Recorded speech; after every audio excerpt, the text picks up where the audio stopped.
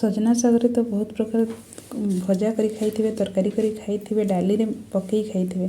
थरे मो शैली रे बनातो सजना साग भजा, आलू भजा, सजना साग आलू भजा, से भी बिना पियाज रसुण रे बनेबा। आउ थरे जदि एहीपरि सजना साग भजा करी खाइबे ना, सब बेले करिकी खाइबा पई पसंद करिवे। तो सजना साग तार सजना साग को बाछि देइछि, आउ एठी सिजा आलू नेइछि तीनटा, ताको छोट छोट पीस करी काटी देइछि। एठी 2 ରୁ 3टा टमाटो नेइछि, टमाटो को पूरा छोट छोट पीस करी काटी देइछि।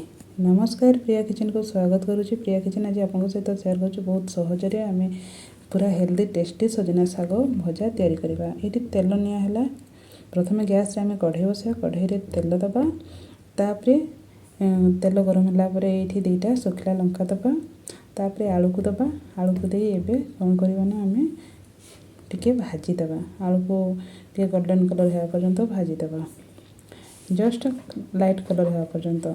तो केबे आपने सिजा आलू रे सजना साग भजा करी खाई छंती?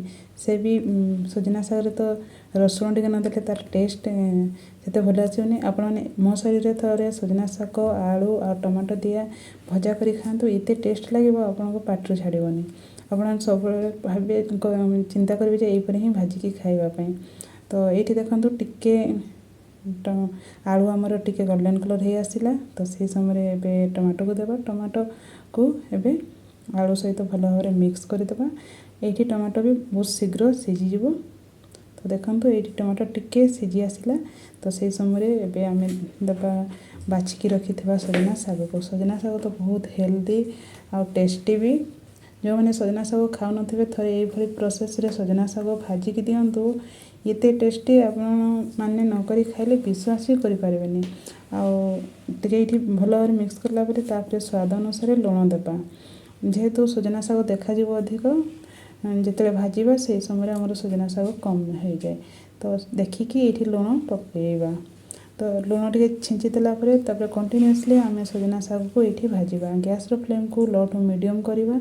आउ जदि एई परि लागि आसे तारे पूरा लो करी आमे सजना साग आलू को भाजीबा।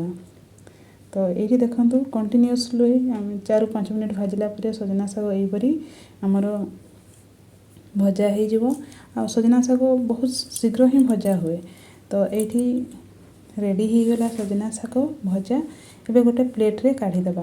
आ टमाटो भी एठी पूरा भल भाव सीझी जाइछि। आलू तो पूर्वरु सीझा आलू नेइछि, निहाती थरे एई परि सीझा आलू आ टमाटो आ आलू सजना साग देकी भजाटी करंतु। आ केमिति लागुछि निश्चय गोटे कमेंट करिवे।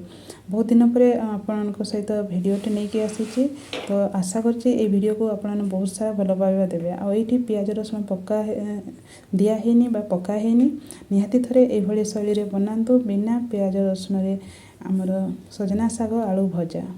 जे पर्यंत आपने करिकी खाई नाहंती से पर्यंत आपनको विश्वास होबनी केते टेस्टी रहिबो। पखाळ भात हो किंबा गरम भात सहित बहुत बढ़िया लागिबो। निहाती थरे बनांतु।